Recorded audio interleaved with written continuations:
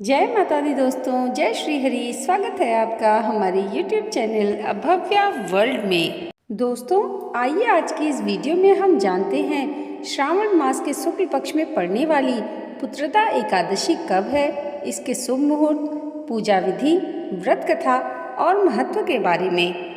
दोस्तों, एकादशी तिथि भगवान विष्णु को समर्पित है। हर महीने में 2 एकादशी पड़ती है, जिसमें एक शुक्ल पक्ष तो दूसरी कृष्ण पक्ष में। इस दिन व्रत रहकर भगवान विष्णु की पूजा करने से सभी मनोकामनाएं पूर्ण होती हैं। वही मान्यता है, इस दिन वे महिलाएं जो पुत्र पाना चाहती हैं, अगर व्रत करें तो उन्हें पुत्र रत्न की प्राप्ति होती है। आइए जानते हैं पुत्रदा एकादशी की तिथि। पुत्रदा एकादशी की शुरुआत 15 अगस्त को सुबह 10:25 से होगी। साथ ही इस एकादशी का अंत 16 अगस्त को सुबह 9:38 पर होगा। इसलिए उदया तिथि को आधार मानते हुए पुत्रदा एकादशी का व्रत 16 अगस्त को रखा जाएगा। वही व्रत का पारण 17 अगस्त को सुबह 5:52 से 8:04 तक किया जाएगा।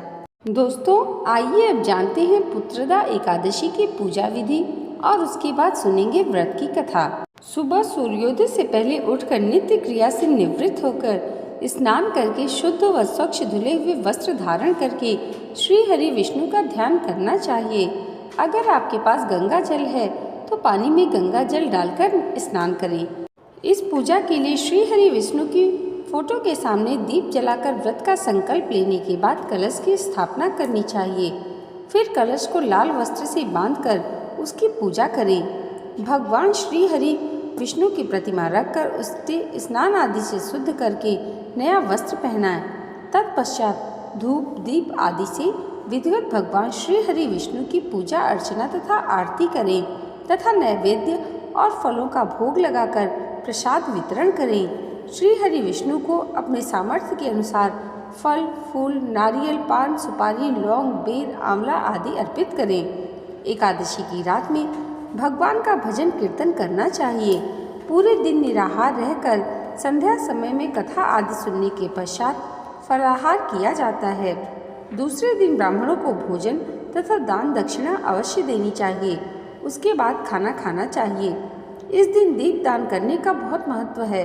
इस व्रत के पुण्य से मनुष्य तपस्वी विद्वान पुत्रवान और लक्ष्मीवान होता है तथा सभी सुखों को भोगता है। दोस्तों, आइए भगवान श्री हरि का नाम लेते हुए पुत्रदा एकादशी की व्रत कथा सुनते हैं। द्वापर युग के आरंभ में महिष्मती नाम की एक नगरी थी, जिसमें महिजात नाम का राजा राज्य करता था। लेकिन पुत्रहीन होने के कारण राजा को राज्य सुखदायक नहीं लगता था। उसका मानना था कि जिसके संतान न हो उसके लिए लोक और परलोक दोनों ही दुखदायक होते हैं। पुत्र सुख की प्राप्ति के लिए राजा ने अनेक उपाय किए, परंतु राजा को पुत्र की प्राप्ति नहीं हुई। वृद्धावस्था आती देख राजा ने प्रजा के प्रतिनिधियों को बुलाया और कहा, हे प्रजाजनों, मेरे खजाने में अन्याय से उपार्जन किया हुआ धन नहीं है। न मैंने कभी देवताओं तथा ब्राह्मणों का धन छीना है। किसी दूसरे की धरोहर भी मैंने नहीं ली। प्रजा को पुत्र के समान पालता रहा। मैं अपराधियों को पुत्र तथा बांधवों की तरह दंड देता रहा। कभी किसी से घृणा भी नहीं की। सबको समान माना है। सज्जनों की सदा पूजा करता रहा। इस प्रकार धर्मयुक्त राज्य करते हुए भी मेरे पुत्र नहीं है, सो मैं अत्यंत दुखी हूँ। इसका क्या कारण है? राजा महिजीत की इस बात को विचारने के लिए मंत्री तथा प्रजा के प्रतिनिधि वन को गए। वहाँ बड़े बड़े ऋषि मुनियों के दर्शन किए। राजा की उत्तम कामना की पूर्ति के लिए किसी श्रेष्ठ तपस्वी मुनि को देखते फिरते रहे। एक आश्रम में उन्होंने एक अत्यंत वयोवृद्ध धर्म के ज्ञाता बड़े तपस्वी परमात्मा में मन लगाए हुए निराहार जितेंद्रिय जीतात्मा जित क्रोध सनातन धर्म के गूढ़ तत्वों को जानने वाले समस्त शास्त्रों के ज्ञाता महात्मा लोमेश मुनि को देखा, जिनका कल्प के व्यतीत होने पर एक रोम गिरता था। सबने जाकर ऋषि को प्रणाम किया। उन लोगों को देखकर मुनि ने पूछा कि आप लोग किस कारण से आए हैं? निसंदेह मैं आपका हित करूँगा। मेरा जन्म केवल दूसरों के उपकार के लिए हुआ है, इसमें संदेह मत करो। लोमश ऋषि के ऐसे विचार सुनकर सब लोग बोले, हे महर्षि, आप हमारी बात जानने में ब्रह्मा से भी अधिक समर्थ हैं, अतः आप हमारे इस संदेह को दूर कीजिए। महिष्मतीपुरी का धर्मात्मा राजा महिजीत प्रजा का पुत्र के समान पालन करता है, फिर भी वह पुत्रहीन होने के कारण दुखी है। उन लोगों ने आगे कहा कि हम लोग उसकी प्रजा हैं, अतः उसके दुख से हम भी दुखी हैं। आपके दर्शन से हमें पूर्ण विश्वास है कि हमारा यह संकट अवश्य दूर हो जाएगा, क्योंकि महान पुरुषों के दर्शन मात्र से अनेक कष्ट दूर हो जाते हैं।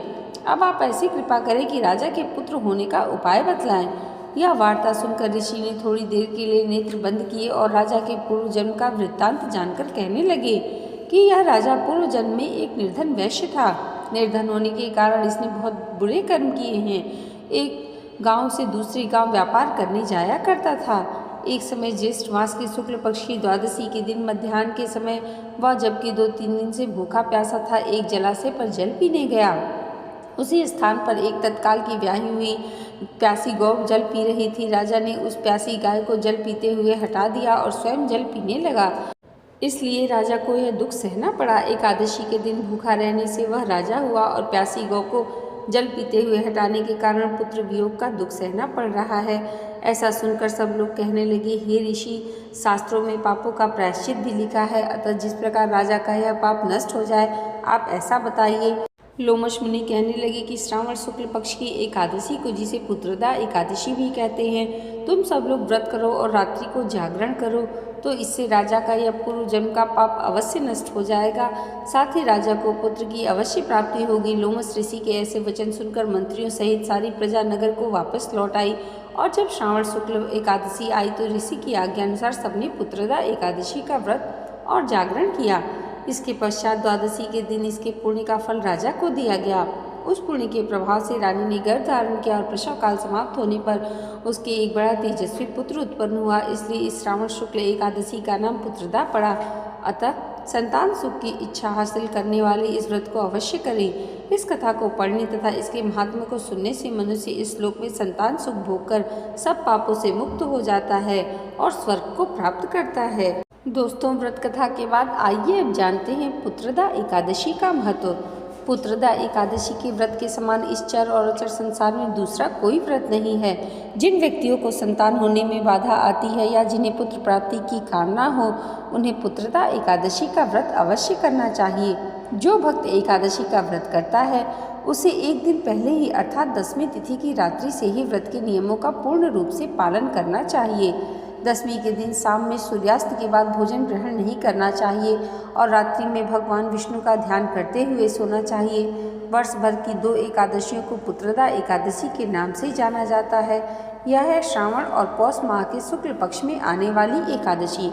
इन दोनों एकादशियों को पुत्रदा एकादशी कहते हैं। जो भक्त एकादशी का व्रत पूरी विधि विधान से करता है, उसकी समस्त मनोकामनाएं श्री हरि विष्णु शीघ्र पूरी करते हैं। इस व्रत के नाम के अनुसार ही इसका फल है। यह व्रत बहुत ही शुभ फलदायक होता है, इसलिए संतान प्राप्ति के इच्छुक भक्तों को यह व्रत अवश्य रखना चाहिए, जिससे कि उसे मनोवांछित फल की प्राप्ति हो सके। यदि आप स्वस्थ हैं और उपवास करने में सक्षम हैं, तो निर्जला व्रत रखें, अन्यथा फलाहारी व्रत रखकर विधिवत पूजन संपन्न होने के बाद समय पर इसका पारण करें। दोस्तों, इस वीडियो में मैंने आपको पुत्रदा एकादशी से जुड़ी सभी जानकारी उपलब्ध करा दी है। आज की ये वीडियो आपको कैसी लगी हमें कमेंट करके ज़रूर बताइएगा और इसे लाइक और हमारे चैनल पर पहली बार आए हैं तो सब्सक्राइब करना मत भूलिएगा। भगवान श्री हरि और माता लक्ष्मी की कृपा आप सबके जीवन पर सदैव ऐसे ही बनी रहे। इसी मंगल कामना के साथ मिलते हैं अगले वीडियो में। तब तक के लिए जय माता दी, जय श्री हरि।